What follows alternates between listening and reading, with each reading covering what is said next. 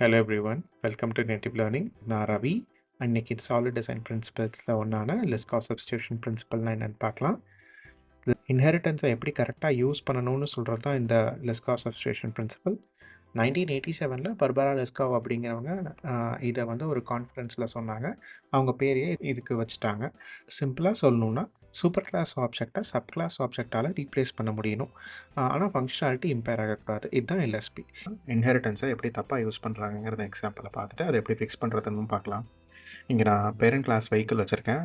It has start engine and check air இந்த tyre methods. ரெண்டுமே virtual methods. So இதை வந்து டிஃபால்ட் இம்ப்ளிமெண்டேஷன் ஃபில் பண்ணியிருக்கேன். இப்போதைக்கு சும்மா சிஓட் மட்டும் போட்டிருக்கேன். இந்த சினாரியோ வச்சுக்கோங்க. இப்போ நான் ஒரு மேனுஃபேக்சரிங் கம்பெனி வச்சுருக்கேன். அந்த கம்பெனிஸில் வந்து நான் கம்பஷன் என்ஜின் கார் மேனுஃபேக்சர் பண்ணிருக்கேன். அதில் வந்து ஸ்டார்ட் என்ஜின் அப்படிங்கிற ஃபங்க்ஷனாலிட்டி இம்ப்ளிமெண்ட் பண்ணோம் அந்த காரோட ஐசி என்ஜின் சிப்பில். ஸோ ஃபியூவல் இருக்கான்னு பார்க்கும், உள்ள இன்டர்னல்ஸில் ஏதாவது ப்ராப்ளம்ஸ் இருக்கான்னு பார்க்கும், கம்பஷன் கரெக்டாக நடக்குமான்னு பார்க்கும், எக்ஸாஸ்ட் கரெக்டாக இருக்கான்னு பார்க்கும். இந்த மாதிரி ப்ரைமரி செக்ஸ் எல்லாம் பண்ணிட்டு தான் என்ஜின் ஸ்டார்ட் ஆகும். நம்ம பட்டன் அமுக்கினாலோ இல்லை சாவி போட்டாலோ. ஸோ அதுக்கான ஃபங்க்ஷனாலிட்டிஸ் எல்லாமே இந்த மெத்தடில் ஓவர் ரைட் பண்ணிக்கலாம். அகைன் இந்த எக்ஸாம்பிளுக்காக ஜஸ்ட் சி அவுட் மட்டும் தான் போட்டிருக்கேன். அதே மாதிரி செக் ஏர் அந்த டயருங்கிறது ஒரு பேசிக் ஃபங்க்ஷனாலிட்டி. வீல் அலைன்மெண்ட் எல்லாமே ஓகே. யாராவது இந்த கார் இன்ஸ்டன்ஸ் வச்சுட்டு இந்த கார் எல்லாம் மேனுஃபேக்சர் ஆனதுக்கப்புறம் வீலெல்லாம் அட்டாச் பண்ணதுக்கப்புறம் ஃபைனலாக டெலிவரி கொடுக்கும்போது we'll do some pre delivery checks, right? Delivery கொடுக்குற டீம் வந்து இந்த மாதிரி ஒரு சாஃப்ட்வேர் யூஸ் பண்ணிவிட்டு ஏர் செக்லாம் கரெக்டாக இருக்கா, அந்த காரை வந்து நீங்கள் ரேம்பில் ஏற்றிட்டிங்கன்னா அந்த ரேம்பில் இருக்க ரொபாட்டிக் ஆர்ம்ஸே எல்லாத்தையும் செக் பண்ணிடும். So if they press a button, check air அந்த டயர் அப்படிங்கிற ஃபங்க்ஷன் எக்ஸிக்யூட் ஆகும். அதுக்கான ஏர் ப்ரெஷரை வந்து செக் பண்ணி நம்மளுக்கு அவுட்புட் கொடுத்துரும். ஸோ நாளைக்கு வந்து என் கம்பெனி நான் எக்ஸ்பேண்ட் பண்ணுறேன். கம்பஷன் என்ஜின் வச்சு உள்ள கார் மட்டும் இல்லாமல் நான் எலக்ட்ரிக் கார்ஸுமே வந்து மேனுஃபேக்சர் பண்ணுறேன். ஸோ அப்போ அதுக்கான ஸ்டார்ட் என்ஜின் ஃபங்க்ஷன் இருக்குது. ஸோ அது வந்து பேட்ரி கெப்பாசிட்டி, பேட்டரியோட சார்ஜிங் லிமிட் அதெல்லாம் பார்க்கும். அதெல்லாம் கரெக்டாக இருந்து தான் என்ஜின் ஸ்டார்ட் ஆகும். சிமிலர்லி கோட் ரீயூசபிலிட்டிக்காக நான் எக்ஸிஸ்டிங் செக் ஏர் இந்த டயர் ஃபங்க்ஷனே ரீயூஸ் பண்ணிக்கிறேன். இங்கே இன்னும் என்னோட மேனுஃபேக்சரிங் பிளான்ட்டை நான் எக்ஸ்பேண்ட் பண்ணுறேன். பட் சாஃப்ட்வேர் அப்டேட் பண்ணலை. இந்த பைசைக்கிள் மேனுஃபேக்சர் பண்ணுறேன். ஆனால் பைசைக்கிளுக்கு வந்து டயர்ஸ் இருக்குது. So the same robotic arm வந்து டயரில் ஏர் செக் பண்ணும். பட் என்ஜின் ஸ்டார்ட் பண்ணக்கூடிய ஃபங்க்ஷனாலிட்டி எனக்கு தேவையான கண்டிப்பாக தேவையில்லை, ஏன்னா என்ஜின்ஸ் இருக்காது சைக்கிளில். ஸோ அப்போது யாரும் தவறுதலாக யூஸ் பண்ணிடக்கூடாது. ஏன்னா பாலிமார்ஃபிசம் படி நம்மளுக்கு தெரியும், ஒரு பேரண்ட் கிளாஸ் டைப்பை வச்சுட்டு நம்ம ஒரு சைல்ட் கிளாஸ் ஆப்ஜெக்ட் க்ரியேட் பண்ண முடியும். அண்ட் தென் யாராவது இப்போ தெரியாமல் ஃபார் எக்ஸாம்பிள் வெஹிக்கிள் வந்து சைக்கிள்னு ஒரு வேரியபிள் நேம் போட்டுட்டு இந்த இடத்துல we have a bicycle class.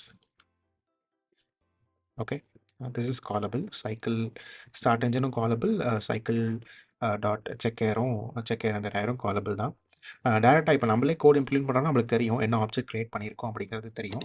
But for instance வந்து ஆப்ஜெக்ட் க்ரியேட் பண்ணிவிட்டு வேறு ஒரு மாடியூலுக்கு நம்ம அந்த ஆப்ஜெக்ட் இன்ஸ்டன்ஸை பாஸ் பண்ணும்போது என்ன கான்டெக்ஸ்ட்டுங்கிறது தெரியாது அவங்களுக்கு. So they will just know it is of type vehicle. என்ன இன்ஸ்டன்ஸ் அசைன் பண்ணியிருக்கோங்கிறது வந்து இங்கே பார்ட்னர் டீமோட ரெபாசிட்ரி போய் பார்த்தா தெரியும், பட் டேரெக்டாக தெரியாது.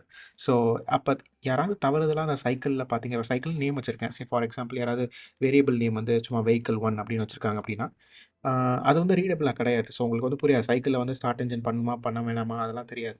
ஸோ அதனால் இட் வில் ஃபெயில். பேசிக்கலி அது ஃபெயில் ஆகக்கூடாதுங்கிறக்காக நான் இங்கே லாஜிக் போட்டிருக்கேன். ஒருவேளை இந்த மெத்தடே இல்லைனாலுமே எழுதலைனாலுமே இந்த கண்டிப்பாக ஒர்க் ஆகும். ஏன்னா வெஹிக்கிள் கிளாஸோட டிஃபால்ட் இம்ப்ளிமெண்டேஷனை பிக் பண்ணிடும்.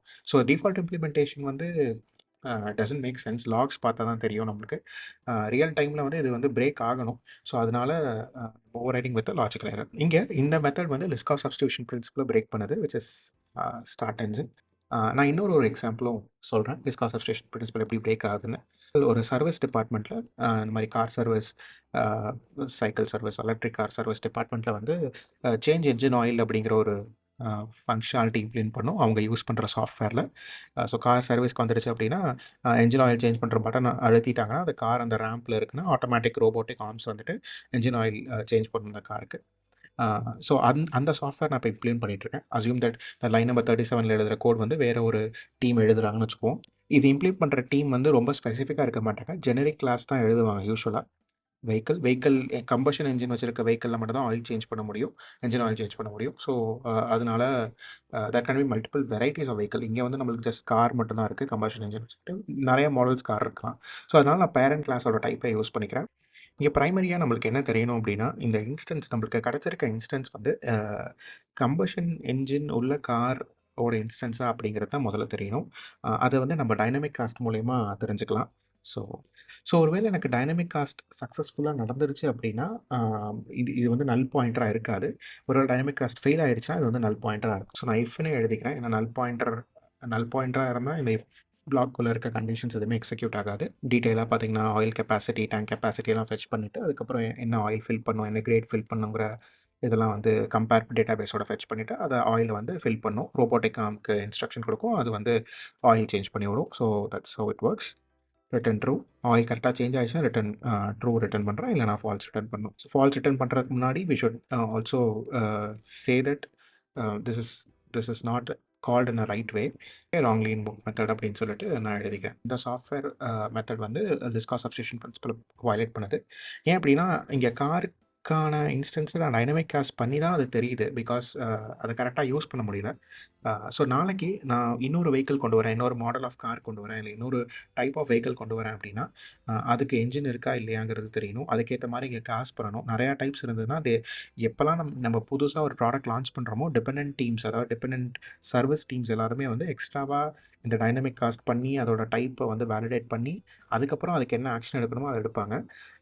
So that is really a mess. இன்னொரு முக்கியமான ரீசன் எதனால் வந்து பைசைக்கிள் கிளாஸை வந்து வெஹிக்கிள் கிளாஸ் எக்ஸ்டெண்ட் பண்ணுறேன்னா, இனிஷியலாக நான் கம்பெனி ஆரம்பிச்சப்போ பைசைக்கிள் மேனுஃபேக்சர் பண்ணுங்கிற நீடே இல்லை. ஃப்யூச்சரில் வந்து எனக்கு இந்த நீட் வந்துச்சு. ஆல்ரெடி எனக்கு வந்து இந்த மாதிரி ஒரு இந்த இன்டர்ஃபேஸோ ஒரு பேரண்ட் கிளாஸோ இருந்து இந்த ஃபங்க்ஷனாலிட்டிலாம் வச்சிருந்து. ஸோ கோட் ரீயூசபிலிட்டிக்காக நான் அதை எக்ஸ்டெண்ட் பண்ணி எழுதிக்கிட்டேன். ஓகே, இது முதல்ல நம்ம எக்ஸிக்யூட் பண்ணி பார்த்துடலாம்.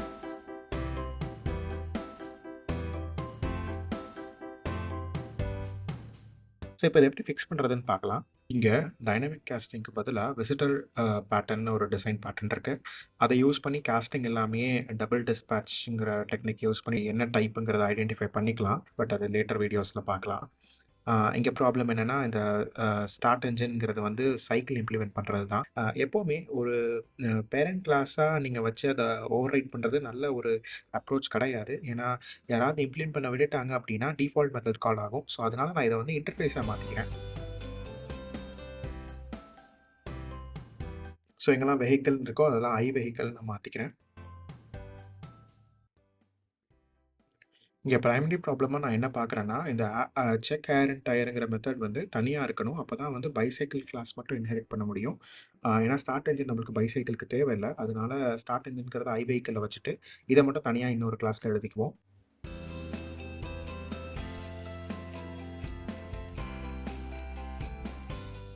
ஓகே.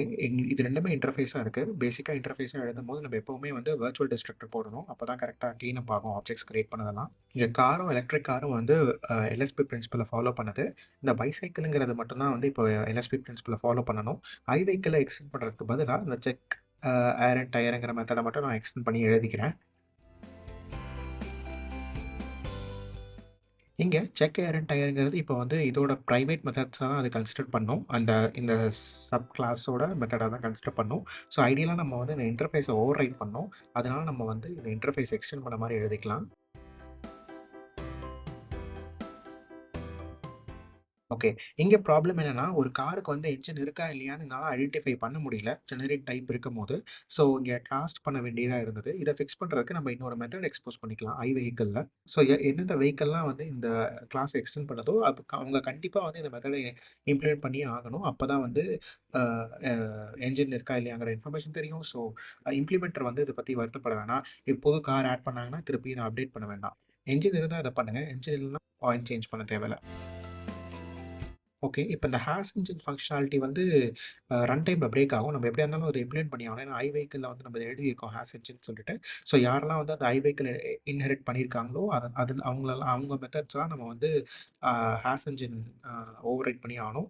ஸோ இப்போதைக்கு நான் ஜஸ்ட்டு அ ரிட்டர்ன் ட்ரூ போடுறேன். It might have some other checks also. அதே மாரி எலக்ட்ரிக் கார்ல வந்து என்ஜின் இருக்காது. So I'll return false. இது எல்லாமே ஓவர் ரைட் பண்ணப்பட்ட மெத்தட்ஸ் தான். ஸோ ஓவர் ரைட் எழுதிக்கிறேன். ஸோ தட் கோட் ரீடபிலிட்டிக்கு நம்மளுக்கு ஈஸியாக இருக்கும். ஓகே. இப்போ இந்த வெஹிக்கிள் பார்த்தீங்கன்னா, it it is not actually bicycle வந்து it's not a vehicle type. It's basically air check type. So air check type create பண்றதுக்கு பதிலா அதோட இன்ஸ்டன்ஸே கிரியேட் பண்றது வந்து ரீடபிளா இருக்கும்னு எனக்கு தோணுது. ஸோ அதனால நான் பைசைக்கிள் இன்ஸ்டன்ஸ்லே டைரக்ட்டா கிரியேட் பண்ணிக்கிறேன். அதில வந்து ஏர் செக் பண்ணிக்கலாம். So doesn't make a big problem. அதே மாரி இங்க பார்த்தீங்கன்னா, நான் வந்து ஒரு கார் இன்ஸ்டன்ஸ் கிரியேட் பண்றேன். இங்க வந்து கார் இன்ஸ்டன்ஸ வந்து டெலீட் பண்ணிருவோம். இங்கே கார் வித் என்ஜின் பாஸ் பண்ணுவோம். ஸோ ஈவென்ச்சுவலி என்ன ஆகும் அப்படின்னா, இந்த கார் வந்து ஹேஸ் என்ஜின் ஃபங்க்ஷனாலிட்டியை ட்ரிகர் பண்ணிட்டு, என்ஜின் இருந்தால் ஆயில் சேஞ்ச் பண்ணும். அப்படி இல்லைன்னா இட் ஜஸ்ட் ரிட்டர்ன்ஸ் ஃபால்ஸ் அவ்வளோதான். ஸோ இங்கேயுமே நம்ம லிஸ்க் ஆஃப் சப்ஸ்டியூஷன் பிரின்சிபலை வந்து பிரேக் பண்ணலை. ஸோ இந்த சூப்பர் கிளாஸ் ஆப்ஜெக்டை வந்து நீங்கள் எப்படி வேணால் யூஸ் பண்ணலாம். எலக்ட்ரிக் கார் பாஸ் பண்ணாலும் கரெக்டாக ஒர்க் ஆகும். நாளைக்கு புது கார் புதுசாக ஒரு கார் ஆப்ஜெக்ட் நான் எழுதுறேன். Say for example hybrid model car வருது. அதுக்கு நான் ஒரு சப் கிளாஸ் எழுதுறேன். இந்த ஐ வெஹிக்கிள்ங்கிற கிளாஸை எக்ஸ்டெண்ட் பண்ணி எழுதினாலுமே இந்த மெத்தட் பிரேக் ஆக போகிறதில்ல. டெஃபினெட்லி பிகாஸ் நம்ம எழுதணும்னா கண்டிப்பாக ஹேஸ் என்ஜின் மெத்தட் அதில் ஓவர் ரைட் பண்ணி ஆகணும். அப்படி எழுதும்போது eventually this will follow Liskov substitution principle. Okay, இந்த வீடியோ பிடிச்சிருந்தா லைக் பண்ணுங்கள். Subscribe to my channel to know more about design patterns and design principles. Thank you.